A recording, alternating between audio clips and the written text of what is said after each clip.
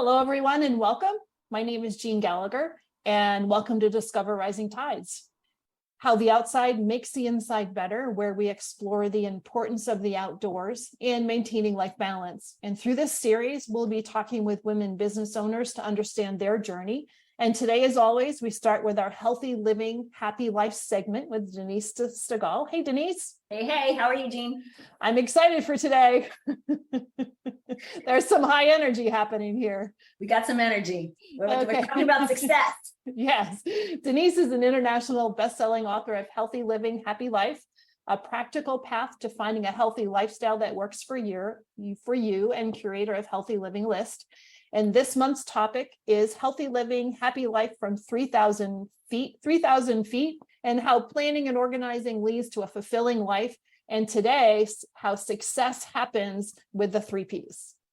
Yay! And then our second segment will be our main guest, Diane McClay, and I'm really excited for that too. And Diane and Denise are friends, and that's how we all connected. So we'll get to that. But let's start with you, Denise.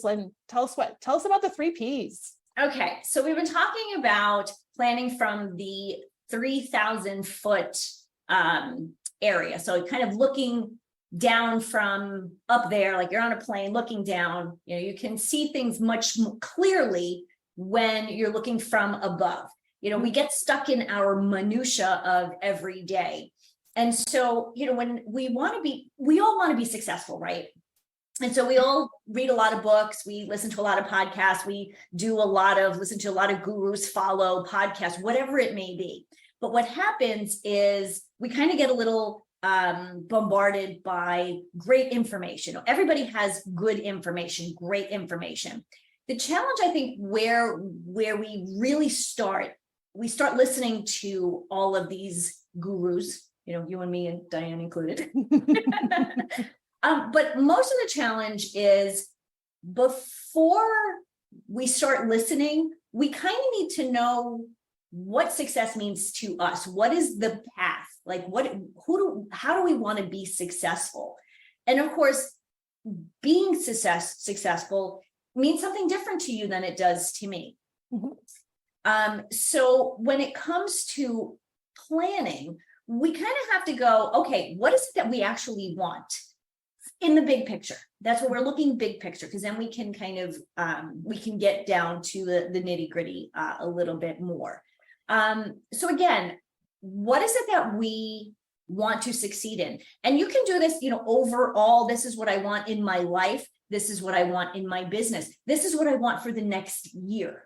Mm-hmm. So it can be something that you work on the 3 Ps. We'll talk about that a little bit more in a second. You can use the 3 Ps, the 3 P concept for all the different areas in your life. But I think what's important is we need to start with, again, core values. What are those things that are important to you? Why do you want this particular success? Why do you want to achieve these particular goals? And at that point, that's when we can say, okay, we need a plan. Mm-hmm. So the 3 Ps, of course, we talked about this last time, are planning, prioritizing, and preparing. Now, what tends to happen when clients come to me, they've read all of these books and, have all these bits and pieces of ideas. They've attended events, you name it. So they've got bits and pieces of a plan. A little bit from, Dr. J, and a little one, more information from this particular book. And so they have this compilation of ideas, and it's overwhelming because they liked this piece of one program, another part of a different one. And so they kind of look at all of this going, okay, this is my overarching goal or plan that I want to succeed in, but I'm going to try to plan in 3 different ways, mm-hmm. which doesn't obviously make sense. And so for me, when I started to get my life back on track, because I had, was dealing with a health issue a handful of years ago, my success plan started simply with eat real food, make good decisions, and be accountable, which we've talked about. And for me, that was what optimized my overall well-being, gave me the energy that I was looking for. And really to find that healthy lifestyle that works for me, which is really in my life what I was looking for and what I help people to do. That said, there were also times even within that I realized I didn't exactly have a laid out plan. And so that's where I came up with the three P's. What's that first part that I needed? I needed to know, well, what was the plan? What was my goal? And the goal is part of the plan. And obviously then there are these steps. And most of us are not very good at planning. We have a calendar. I have 3 of them. I have one upstairs that my husband and I share. I have my Google Calendar. I have one on my, my desk just to quickly flip through. So we're not really great at planning.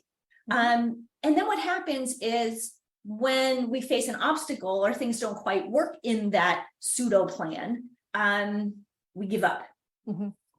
So I know it's always said, a goal without a plan is just a dream.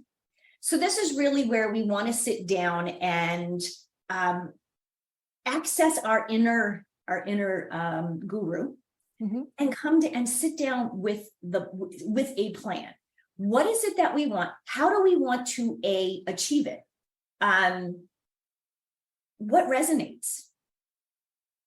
So I ask you, Jeanne, if you have, what is the next thing you want to succeed in? That question right there is so important, and it's so hard for people to answer, right? And going back to what I'll answer your question. I'm not avoiding much, but going back to what you had said before, if people are going out and getting all this information from all these different sources, and there's just information overload and it's overwhelming, it's easy to go, I have no idea. This seems like such a great idea in the beginning, but I don't remember because I've already listened to 4 other things. And that goal setting piece becomes really difficult. And I think you have to bring it back to simple, easy to understand bits and pieces, like what you just said. I needed to get to a healthy lifestyle.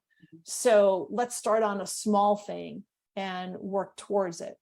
And for me, setting goals is hard, but satisfying once you do it, because now all of a sudden you have a focus. And it's okay to have goals in different areas of your life. So I have podcast goals, I have personal goals, I have professional goals, and I have relationship goals. But having them siloed, even though it's all me, having them siloed helps a little bit, and but they also each touch each other. Yes. And so 2 things that I think are really important, especially when it comes to that, to creating those goals. I love the SMART goal. I love making SMART goals because they're you can write them down and they're right in front of you, that you can keep them right in front of you. That's one of the first things I tell people. Let's look at what that first goal is. Like for me, I want to lose 5 pounds. What is, what is that? That's my goal, because it's measurable. It's pretty simple. I want to lose 5 pounds by August 9th, whatever. So smarter goals really helps you to start that plan. To me, that's really the beginning of the plan. When you talk about, siloing things, something that I really love to do with my clients is the life wheel.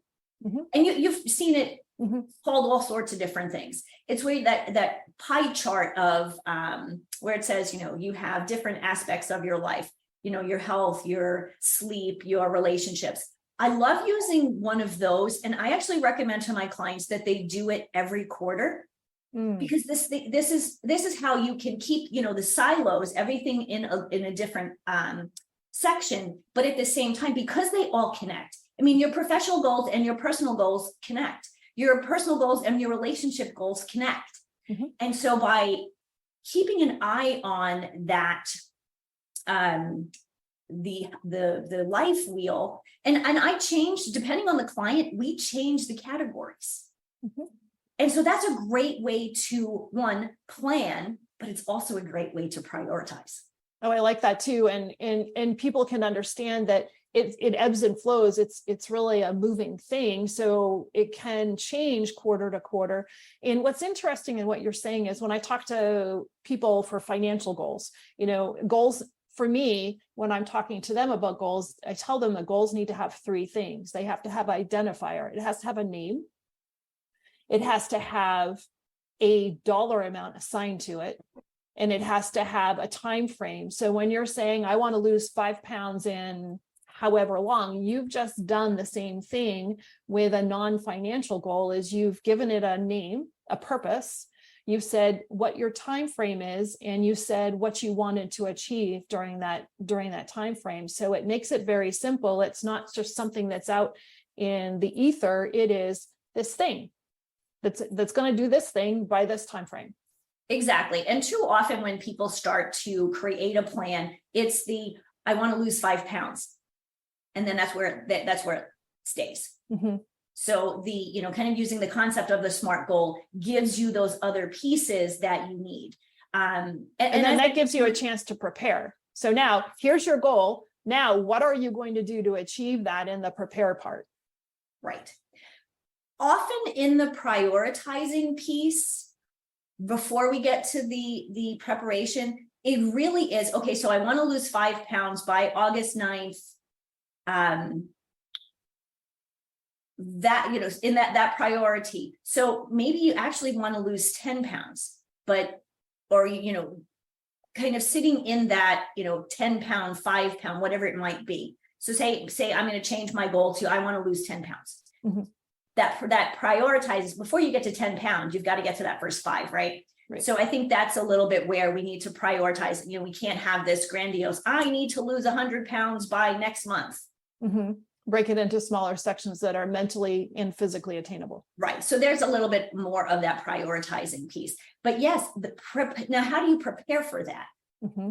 You have to make sure that, I always say one of the most important things is to get your family and friends on board. If you live with other people, you're trying to lose weight, and you're going to say, I'm going to go vegan for a month. That's a little extreme, but let's just say that. And you do all the cooking. You might want to tell your spouse or partner that you're planning on doing this, because it's going to affect them. Mm-hmm. So part of that preparation really is about preparing other people too. Mm-hmm. And it works with your work career goals too. If you have a goal that you want to reach in your job with your career, and you work with other people, it's really important for them to know, because if you're busy doing something and you're not as available to people, they might get frustrated because you're not available to them the way you used to be. So again, preparation is really important to think of outside of you. Mm-hmm. And then, of course, the most important thing is to then actually prepare yourself personally. Get the food that you want, get the recipes, plan meal planning times. So all of that comes into the preparation. And again, like I said, it works with your personal and professional and physical goals too. One of the challenges of preparation, though, is that it can be a procrastinator, because, well, I don't have everything in place, so this isn't going to work. So now we're in overcoming that perfection of preparation. I was going to say, now we come into a fourth P, perfectionism. Yeah. We're on the same page, right? Exactly. Well, I can't do this because I don't have it all. I don't have all the recipes. I don't have all the food. And that just creates a downward spiral. It can. And so what I always tell my clients, especially when it comes to diet and exercise, is get one day right, get one meal right. Mm-hmm. Let's start small. Mm-hmm. Because what will happen, especially with that perfectionism, if you don't have everything in place, everything's not perfect, then you go, oh, well, I screwed up, so I'm not going to reach this goal. Mm-hmm. You've got lots of time to reach a goal. Between now and August 9th, if I screw up today with my goal of losing 5 pounds, I can definitely pick up tomorrow where I left off. It's about giving yourself grace. Part also. Yeah, giving yourself grace, mm-hmm. but not using it as a crutch to not try again. Absolutely. Anytime we don't succeed in something, we automatically think that we're not good enough. we can't do this. And it really is a mindset. It's that internal judge that we have. You know, I always think it's the little angel on the one side and the little devil on the other. The little devil is a lot louder than the little angel. And so let's another time we'll talk about the little angel and the devil in more detail, and how that can help us obviously with success with our health and our wellness, and our exercise goals and food goals. I look forward to that. Thank you, Denise. You're welcome. As always, it's informative, but also achievable. Thank you.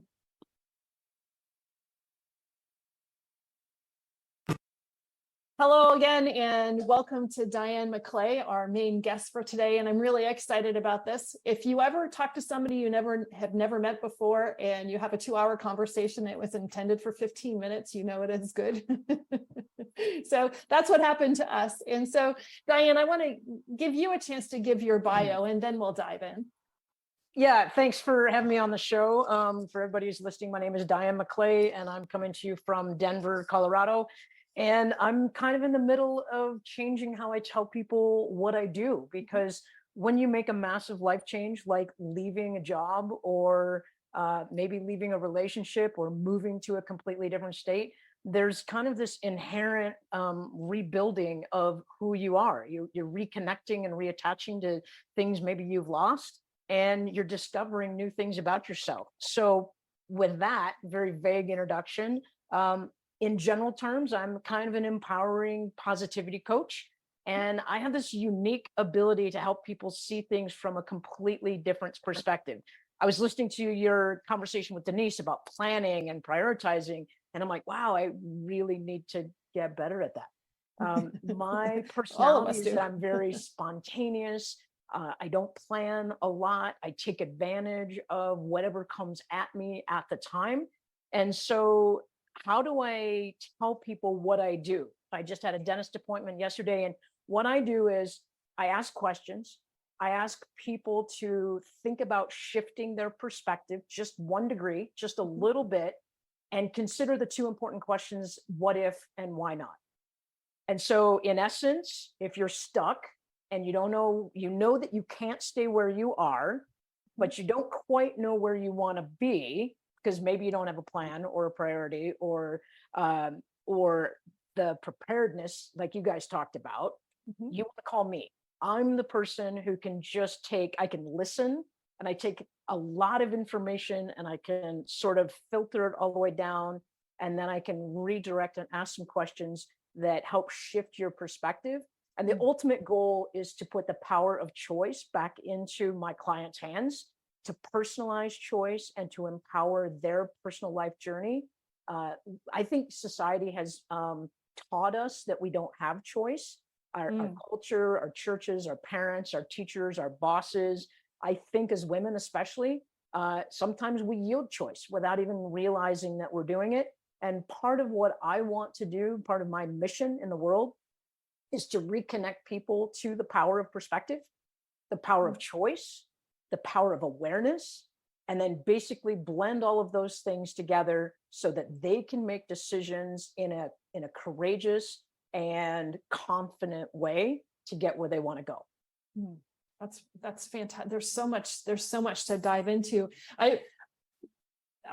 So let's start here. We identify ourselves when you introduce yourself to somebody, or the next question that they say is, so what do you do? So our identity is so encapsulated with our profession. Exactly. And I don't know that that's a good thing, because why would my opinion of you change by knowing what your profession is, right? So versus who you really are. But for those people that are in transition, there's an identity shift that happens, but also working through that identity shift is really challenging. Yeah. So can I just respond to that real quick? And then I kind of want to bring Denise in on this, because she's sort of seen me along my journey. My quick history is that at first grade, I knew I wanted to be a park ranger. I managed to go to college and get a degree in recreation management. I had 17 beautiful years, mostly beautiful, in a state government in Oregon. I had 5 years with the federal government. So I was in a system, right? And I knew that I was going to retire within that system. That was my belief. Well, life happens and things happen and people make mistakes. And then even when you make mistakes, I made some as a manager, there's a story that gets told about who that person is, what their values are, what they can do or not do, what their capacity is. And sometimes that story ends up taking a life of its own. And then we as individuals assume or adopt that story because it's been told about us. So without getting into the details, that kind of happened to me, like a story and a situation evolved in my dream job. And it pushed me up against a wall to a point where I literally had to either accept what the agency decided for me on my behalf, or I had to step up and own what I thought was best for me. And ultimately that was walking away from my dream job. It was resigning, not accepting the offer that they gave me. That was 6 hours away from my family. And then starting fresh and refiguring out who I was and what my worth was and what I was contributing to the world. Literally in that moment, I kid you not, in the middle of my heart, in the middle of my chest, in my body, it was like a jolt of electricity or a light bulb went off and the word choice just blared at me, right? I'm going to just grab this real quick. Right. It's so important to me that, and this is a little bit big, sorry, Fred, but something that I've now wood burned onto a piece of bark. Wow. And it's not hanging on my wall yet because I need to find the right place, but it became my mantra. So I want to go back to your question. I want to say that when we introduce ourselves, we are taught to say, what do you do? I would encourage people right off the bat to make a different choice and come up with a different narrative. And my question is, what's something you believe in? Okay, now I don't mean politically, right? Because that's just too dangerous on a first date type conversation. It's too dangerous on a 5-year relationship or forever. Right. Never. This next statement, I hope that your listeners will understand who I am as a person. I believe in the power of nature. I believe in the power of choice. I believe in generating solutions, not solving problems. Right? So now you have, when I'm introducing myself, I can say I'm an empowerment coach, but there's 1,000 other people that are empowerment coaches. What makes me different is, first of all, I believe in you. I don't know you. I don't know your situation. But one of the things that's unique about me is I carry like this backpack full of belief, and it's overflowing. Random stranger on the street, someone says, I can't do that. I say, you know what? I believe you can. I literally, as a park ranger, we're taught to put things in your pack that help you survive when you're out in the woods or when you're on a trail. You're a backpacker too, Denise, right? So you think of all these things we stuff in our backpack and we carry with us, and they're typically physical things: first aid kit, flashlight, fire starter, blah, blah, blah, axe. And pack your fears too. So as a coach, I use that metaphor and I believe in story so that we can get to the heart of whatever it is that people are trying to figure out or move themselves forward. So inherently, I believe in you. So I think that changes the dynamic of the conversation, and we no longer put people in a question of what do you do, i.e., what's your worth, what's your value that you're contributing to the world. We're really asking, who are you as a person? That's profound. And Thank you. and I'm having a problem saying any more about that because there's nothing else to say. It's incredible. And you put it in very clear, concise terms. And it's a message that everybody needs to hear, because we are so identified by our action. And it's interesting when you, even for people that aren't in transition. So when you're talking to somebody that maybe they're a homemaker, right? And so what do you do? And they say, well, I stay home and I take care of my kids, in that kind of a tone. And it's like they're not being their job is the most important job in the whole wide world. But deep down inside, do they value that, or do they really feel that job is the most important job? Because if there's not somebody within the family unit taking care of our kids on a large proportion of the day, it changes values, right? So it's really an interesting statement. And so as people are identifying themselves or redefining their definition of themselves, or how they're verbally going to say that, the transition between, as they're working through a transition between a career transition, let's say, staying true to themselves, but also staying confident and not being discouraged, because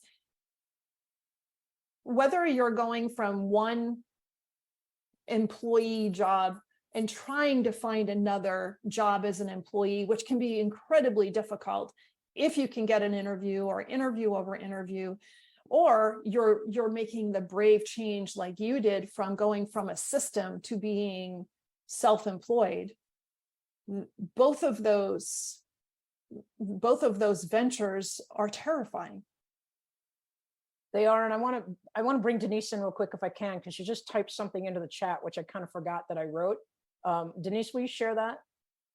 Absolutely. So Diane is one of the authors of my latest book, Healthy Living, Happy Life, Master Your Mindset and Get Bleep Done. And the quote that she included in her chapter reads as this: the scariest part is right before you do the thing. Once you walk over the threshold, that's where your dreams unfold.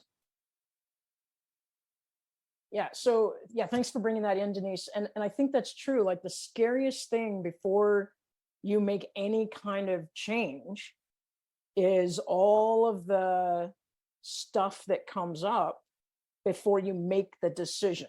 And I have a belief, if you were to ask me, what's the one thing that I want to change in the world, or what's the one message that I want the world to have, it would be this: too often we are afraid of making the wrong decision, and we are paralyzed by trying to make the right decision. So what if, one of my favorite questions, what if we just agreed that there wasn't going to be a good or a bad, a right or a wrong in front of the decision? What if we just said we are making a decision? I would love, I'm not going to have a gravestone, but when there's a party for me and people remember what mark I left on this world, I would like the conversation to be about, can you believe we're no longer thinking about right or wrong decisions? Can you believe that for 50 years, I've just been making decisions and I feel happy? That would be my goal. Right. Well, defining right or wrong. So many years ago, when I first started as a financial advisor, I actually started in this career part-time. I wasn't sure. I was living in an area that I didn't know anybody. I wasn't sure if this was the gig that was right for me. And so I had another job and I was working part-time and trying to make that full-time jump. And it's just really hard to go from something that's secure to being 100% responsible for financially for your family as well as your career, right? And so the secure piece had some changes coming up that I truly did not feel, just like you, I truly did not feel that fit me. And I could not agree to the changes. So if I didn't agree to the changes, my only choice was to not be there. And it was a Wednesday and I had until noon on Wednesday to decide. And at 11:45, I called Human Resources and I said, I absolutely cannot sign this paper. Come walk me out the door. And so when I walked out the door, the first thing that I did was I went to the beach and I walked in the sand, because what I did was I just burned my boat. And I was excited and it felt like the right thing. And I was absolutely terrified, but I wouldn't be where I was today if I didn't make a decision right or wrong, I had no idea whether it was the right thing to do. But you did. But I did. gonna But I argue did. But and- inside, I did. I right? knew. The mind, and you guys were talking about the planning and the prioritizing and preparing, and there is a ton of value in all of that, right? But no amount of, I mean, Denise, correct me if I'm wrong, but no amount of planning, no amount of prioritizing, and no amount of preparation can really get your mind wrapped around a massive life change, like a divorce or a death or leaving a job, right? You can think about it a lot. Correct me if I'm wrong, but, and jump in here, because I love having like a conversation about this. You're 100% right. There are definitely situations where all of the planning and preparation and kind of hard work doesn't make sense. You know, certain life situations, there's just so overwhelming and so much going on. And I think that's where mindset, you know, that's where we need to start working on a different mindset. You know, that judgment piece comes in no matter what the situation. And so I would agree. Yes, planning and preparing and all of that is awesome. When you're in a situation where that just isn't possible, that's when we need to step back and, you know, kind of look internally, like what is the mindset that you have about that situation? How do you change it? Yeah, And when you're in that's crisis, when you have when you're the in crisis, conversation with someone. prioritizing and planning kind of goes out the window. But I want to tie it back into the, you know, I was taking some notes when you two were talking at the start of the show. And one of the first things you said is, what do you want? What is the big picture? That is planning. In like, if you back out of the finiteness of it, what Jeanne wanted was a peaceful work environment. I assume she wanted to be valued and recognized. I assume she wanted to be compensated well for her talents. I assume by the limited information I have in her story, if she's telling me that she made a choice to leave a situation, there was clearly something there she didn't want. Which now she may not have full intellectual cognitive knowledge of what she does want. But in one of my books, I wrote, choice happens when you know for sure you cannot stay where you are. You're not sure where you're going to go, but you know for a fact you can't stay where you are. That's where choice and courage come in. But there's also a belief piece too, going back to what you were saying in your backpack.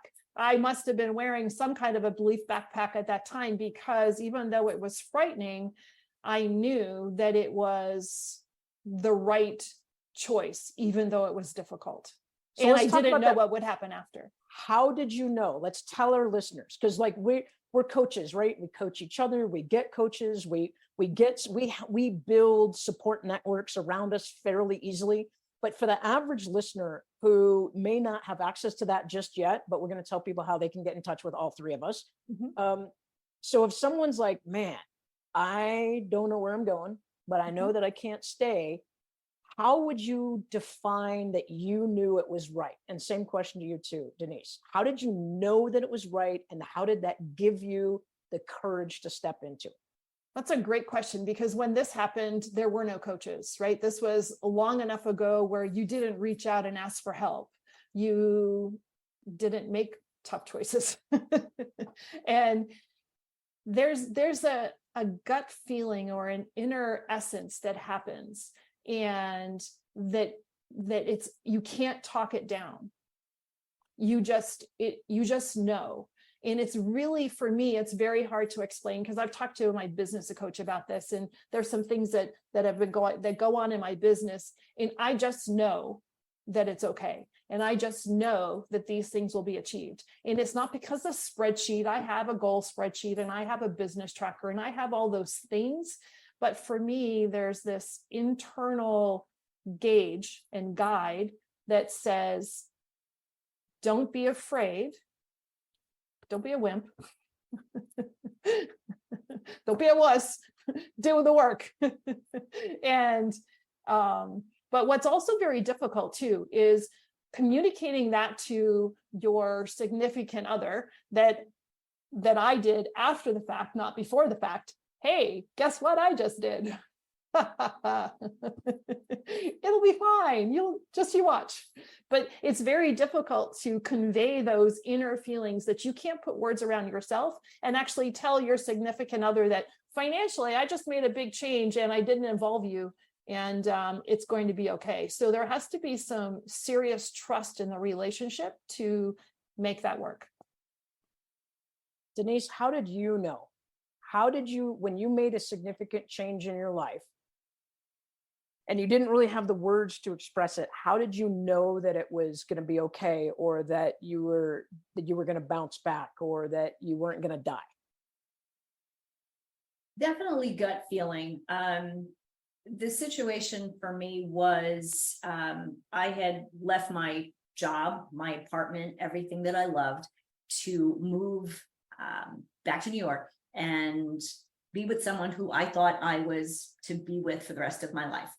And as time went on, I just knew, like, that gut, that things just weren't right.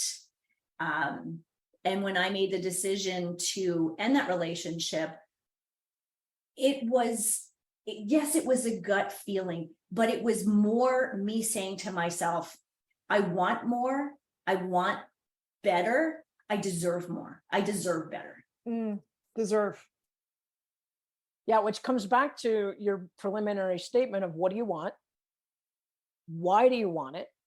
And you both said, look for easy to understand bits and pieces, right? So maybe our listeners are like, did they really say that? Like, if you take a really big situation or even a little tiny situation and you go to the simplest thing and you say, what is the easiest to understand here? And then you say, how do I feel about that? Do I like it? Yes or no? If I don't like it, how would I rather feel? Right? And then you can, once you know that. So I love how you just said powerfully, Jeanne, I just know. I just know. My partner, there are people she meets and she's like, oh, I don't like them. And I'm like, why not? She's like, I don't know. I just know. I just know. And usually about 3 or 4 months later, I find out that I'm the one who trusted that person a whole lot. And then I learn more information about them. It was like, oh, there it is. Right. But I want to tie this in real quick, because it's like, if we look for easy to understand bits and pieces, and if we allow our goals to ebb and flow, as you guys mentioned in the beginning, and we stay connected to the why, and the why may change, right? But, and if we can stay to what does success mean to us, then we can use choice and we can use courage to move ourselves forward, and we can find what resonates. I tell people, if you're not sure about anything, go for a walk, clear your head, go out in nature. That's one of my big things. And nature doesn't have to be like the wilderness. It could just be the sidewalk in the city. But I ask people this question: what do you observe on your walk? So, I observed a dandelion growing up in a sidewalk crack. Why is that important to you? Right? Nature is going to tell us. Nature, I think, is going to fill in some of those things that we think we don't know, but it gives us words or a story to talk about what we believe and how we can apply that to our life to be successful and to reconnect to our why and reconnect to our purpose. Can we talk about the outside piece to just a little bit more? Because I think it's really important, not just because it's a theme of the podcast, but it's kind of important. Yeah. Well, I mean, outside in, inside out. Right. Yeah. So that removing yourself from the current situation you're in, physically and mentally, and putting yourself into another situation. And like you said, it could be a sidewalk in the city, or it could be the deep woods, or it could be your backyard. Why does that change our thinking? And why does that give us the ability to take a breath and have a better perspective on or a broader perspective on what's going on? I think it's just automatic, to be honest with you. If you make a choice to remove yourself from a situation, whether it's a stressful situation or just the fluorescent lights of your office, you're empowering yourself with choice. You're seeking something different, right? It's why we recreate on the weekends. It's why we travel. It's why we go to a new restaurant. It's why we try to meet new friends, or we try a new activity. I think as human beings, we are designed to grow and to learn. Mhm. And I think inherently we know that we can become stagnant in our own routine. Mhm. And stagnation doesn't invite creativity, right? So let me put it into the positive sense. When you go to a new place, there is stimulus that your brain takes in, both consciously and subconsciously. We attach ourselves to the things that make ourselves feel good Mhm. and empowered and strong. And we also generate awareness for things that make us feel uncomfortable. Mm. And I think we crave that deep down inside. I think as human beings, I think we crave kind of that back and forth. You use the words ebb and flow. Mhm. But to me, when I go into nature, everything becomes simple. It's way more simple. Like the tree is not worried about how much oxygen or rain it's going to get. Right. I mean, it just is. That flower, it's either going to bloom and generate more flowers or it's Or not. it's not. Right. So I think there is a sense of simpleness that we as humans crave, but we forget to embrace because we have to have stuff and things and schedules, and we have to, Denise, you're shaking your head like we got to fit all of this stuff into our day and our lifetime. Mhm. And I think for me, just going outside and taking my shoes off and grounding to the land is, I think it's humbling. I think it's connective for me. And I think that there is always a lesson for me, that like I am always looking and observing, and I ask myself, what do I see? And then what is the lesson for me to receive? Mhm. And so in your time as a park ranger, did you see people for any extended time or run into them from maybe when they first got there till after they spent some time outside? And did you see, and if you did, a lawyer never asks a question they don't know the answer to. So I'm asking you, right? So I asked you this question and you could go, no, I never saw that. And then we'll go on to something else. But did you ever see a difference in how people appeared after they had time to let nature absorb into themselves? Absolutely, 100%. And as a ranger, we would always joke, especially on my big holiday weekends, we would always say everybody who comes into the park, the minute they are driving in, they are under the influence. And we're like, not necessarily of drugs or alcohol, but like they drove too slow to get here. The line is too long. The kid barfed in the car. They brought the right beer, not enough beer, right? Did they pack the hot dogs? Did they pack the s'mores? Did somebody remember the blanket? Like they are bringing all of the crap that they have dealt with all week, all month, all summer, their whole entire life. They pack all of that emotional crap into the car or the RV or the trailer or the canoe, and they bring it with them. And their expectations, it's interesting, you and I are word nerds, and so is Denise, but recreate, RE, meaning to do again, Mhm. and create, to be born again, to renew, to refresh. People bring all of that emotional and physical baggage to a different place, and then they expect that that's going to dissipate somewhat by the time they have to return home. Mm. What I mean, and they do. The ornery person who starts out at 4:00 on Friday afternoon is not that same ornery person on Monday morning at 8 a.m. when they're breaking the tent down, unless the family doesn't communicate well about whose job is what's happening in the breakdown process. Right. But what starts to happen on Monday morning is all of the stresses of we have to hurry up and get home. We have to hurry up and unpack. I have to work tomorrow. I have these things to do. I got to do laundry. I got to go grocery shopping. Like there's a very narrow window where people let go of all of that external expectation, but it starts to creep back in again when they start packing up to go home. And I'm sure Sunday night, there's the dread of the creep. There could be. Yeah. Yeah. Yeah. But I think the thing is for me, like, I'm right next to me. Like I have rocks, I pick up things in nature. Me too. This fell on a trail. And we all have rocks on our desks. Right. That is so fun. I have a pine cone with feathers in it. for me, when I go to nature and I just pick something up, and then here's the park ranger me, right? Don't pick up animals. Leave don't no pick up trace. Yeah. things that you don't know what And then they there's are, the 'cause whole it leave could- no trace piece, but we'll, it could be we're not gonna get poisonous into or they it. could bite you. But inanimate objects, here's a piece of cherry bark, right? That has dried out, and I'm like, oh, that'd be cool to make paper out of it. I touch things because it makes me feel connected to nature, and then I get curious and I ask questions and I ask, what's the lesson?